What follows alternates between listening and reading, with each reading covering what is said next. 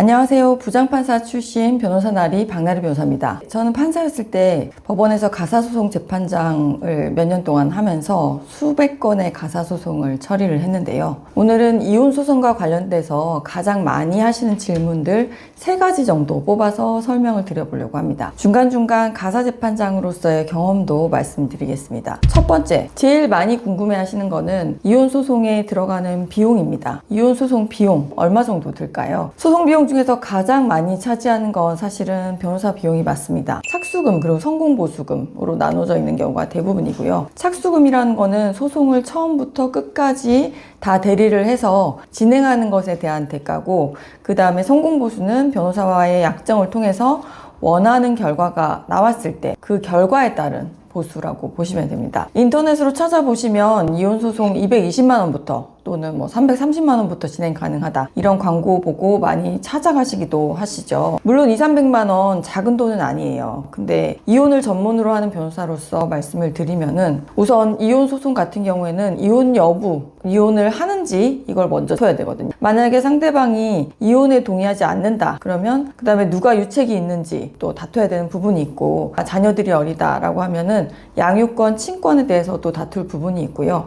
또 제일 중요한 거, 재산 분할에 대해서 다퉈야 됩니다. 보통 소송을 해보면 소송하면서 다른 건 어느 정도 협의가 이루어집니다. 처음에는 죽어도 이혼 안 한다고 하지만 소송하면서 마음이 바뀌어서 이혼하자 하는 경우도 많고요. 또 양육권도 시간이 지나다 보면 아이들에게 좋은 쪽으로 자연스럽게 정해지는 경우가 대부분입니다. 근데 재산 분할 그렇지 않죠. 쌍방이 이미 갈라서는 마당에 챙길 거 빠짐없이 챙겨야 다 챙겨야 된다라는 마음이기 때문에 재산 분할에 대해서는 한치의 양보도 없이 끝까지 다투는 경우가 대부분입니다. 그러다 보면 기본적으로 변호사 손이 많이 가고 품도 많이 들고 시간도 오래 걸리고, 그렇기 때문에 사실 200~300만 원이다 라는 거에는 재산 분할은 포함되어 있지 않은 경우가 많고요. 위자료나 재산 분할 없이 딱 이혼만 놓고 하는데 300만 원인 경우가 대부분이다, 이렇게 생각하시면 됩니다. 여기다가 위자료, 재산 분할, 양육권 이런 거 다투게 되면은 조금씩 몇백만 원씩 조금 더 올라가게 되겠죠. 결과적으로 봤을 때 보통 700만 원에서 800만 원 정도 선에서 착수금이 많이 정해지는 것 같고요. 여기서 만약에 이혼 사유가 불륜이다, 그래서 불륜 상대방을 상간자를 피고로 같이 진행을 한다라는 경우가 있죠. 그러면 피고 1은 배우자가 되고 피고 2는 상간자가 되는 건데요. 그러면 피고가 2명이 되기 때문에 100~200 정도 착수금이 더 올라갈 수가 있습니다. 그리고 분할할 재산이 많거나 금액이 아주 크거나, 또 아니면 재산이 있긴 있는데 정확하게 모른다, 그래서 찾아내야 되는데 여러 가지 재산 명시 신청이라든가 이런 과정을 좀 더 거쳐야 된다, 이러면 착수금이 좀 더 올라갈 수도 있습니다. 그리고 그 다음에 성공보수가 있죠. 성공보수는 내가 재산 분할을 청구를 하거나 재산 분할을 방어할 수가 있잖아요. 청구하는 입장에서는 받는 금액의 몇 프로 이렇게 정하고, 그 구체적인 퍼센티지는 선임하는 변호사의 상담을 통해서 이제 그런 것들은 다 정해지거든요. 보통 일반적으로 2~3억 원대에서 5억 원 내외다, 재산 분할 내가 받을 게 있다 그러면 그 재산 분할 받는 거에서 5%에서 7% 사이로 요즘 많이 정해지는 것 같고요. 그래서 2억에 7%면 1,400만 원 정도 되겠네요. 또 재산 분할을 당하는 입장에서는 어떻게 될까요? 상대방이 나한테 재산 분할을 3억 원을 청구를 해왔단 말이에요. 근데 나는 재산 분할 1억 원만 해주고 싶어. 그럴 때 성공보수 어떻게 책정되냐면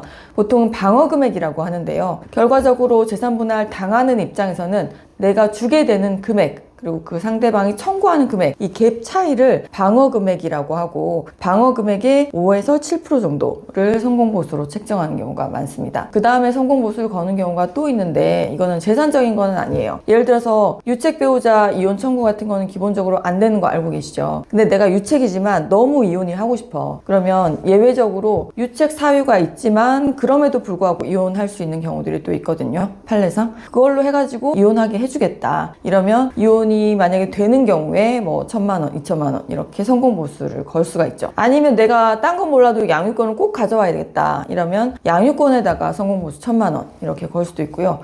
내가 가장 원하는 부분들에 대해서 성공보수를 거는데, 그런 것들은 다 변호사와의 상담 과정에서 조율을 해가지고 약정을 하게 정해지게 됩니다. 자, 이렇게 몇백만 원, 때로는 성공보수야 뭐야 해가지고 몇천만 원까지 이혼소송에 관련된 변호사 비용을 생각을 하실 때, 이제 당사자 입장에서는 그게 굉장히 큰 돈이잖아요. 그러면 그 큰 돈을 지불한 만큼 그만큼의 서비스를 받을 권리가 있으시잖아요. 그래서 본인의 변호사를 좀 귀찮게도 하시고 궁금한 거는 계속 수시로 물어보시고 그렇게 해서 받은 금액에 대한 서비스를 정확하게 받으시는 게 맞습니다.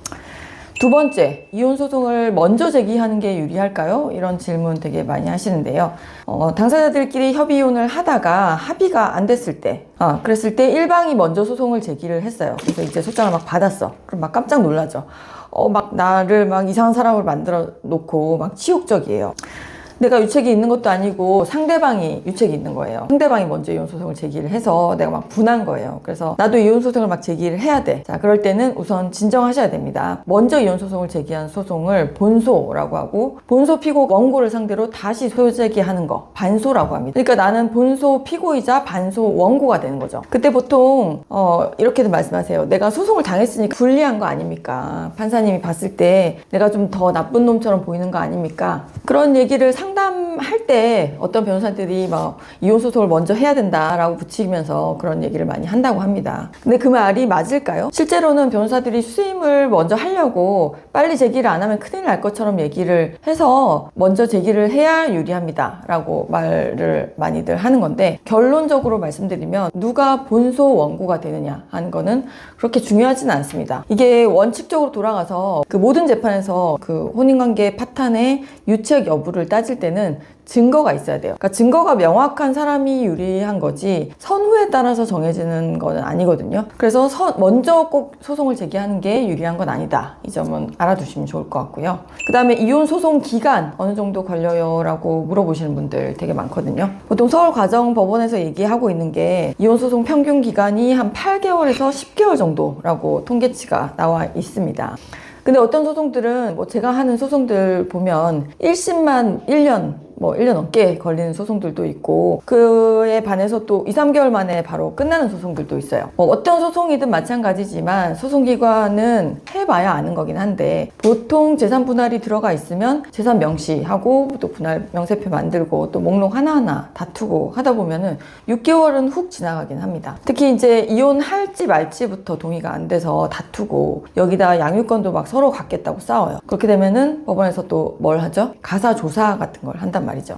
가사조사를 하게 되면 아기를 데려와가지고 시범 면접 교섭하고 부모랑 얼마나 친한지 이런 거 직접 보고, 또 조사관이 보고서 써가지고 또 판사님한테 올리고 이렇게 하다 보면은 2, 3개월 정도도 금방 갑니다. 그리고 이제 또 재산 시가에 대해서 다툼이 있는 경우가 있죠. 부동산 시가에 대해서 시가 감정까지 들어간다. 이렇게 되면은 훨씬 더 오래 걸리거든요. 이혼 소송에 걸리는 기간은 천차만별이죠. 근데 이제 기본적으로는 내가 이혼 소송을 제기를 해서 상대방한테 도달하고, 상대방이 그걸 보고 또 한 달 이내에 답변서 제출하고, 그리고 첫 번째 조정기일이나 재판기일이 지정될 때까지 최소 3개월에서 한 4개월 정도 걸리기 때문에 5, 6개월 정도는 기본적으로 걸린다라고 보셔야 됩니다. 그래서 우리가 좀 빨리 할 수 있게 하는 선호한다는 게 뭐죠? 조정이혼. 조정이혼으로 조정 신청을 딱 하면 한두 달 이내에 조정기일이라는 게 금방 잡히거든요. 그래서 만약에 그날 조정이 되면은 정말 단기간에 이혼을 할 수 있는 거죠. 한두 달, 두세 달, 짧게는 한두 달 안에도 이혼을 할 수 있는 거죠.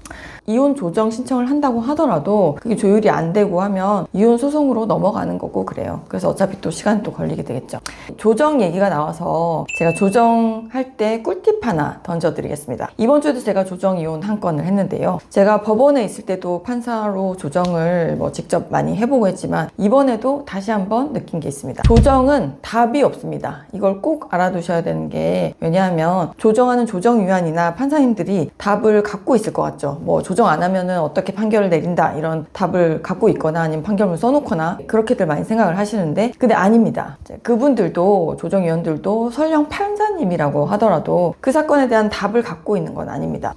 그래서 조정할 때 좀 세게 나가는 게 유리해요. 조정 안 돼도 할 수 없다, 약간 이런 스탠스로 나가시고, 조정금액 요구를 할 때도 어차피 조정위원이나 판사님들은 양쪽이 요구한 거 들어보고 중간 정도 금액으로 조정을 하거든요. 그렇기 때문에 너무 보수적으로 말씀을 하시고 한 1억 정도 받고 싶다 그러면은 그거보다 한 150% 정도 많이 부르는 게 좋습니다. 한 1억 5천 주세요. 혹은 2억, 난 2억을 실제로 원한다, 이렇게 얘기해서 실제로는 결국 조정되는 금액은 하면 그거보다 약간 낮은 금액에 조정이 되는 경우가 많겠죠. 자, 오늘은 이혼 소송과 관련해서 많이들 궁금해 하시는 질문들을 알아봤는데요. 영상 유익하셨다면 구독과 좋아요 눌러주시기 바랍니다. 이상 변호사 나리 박나리 변호사였습니다. 감사합니다.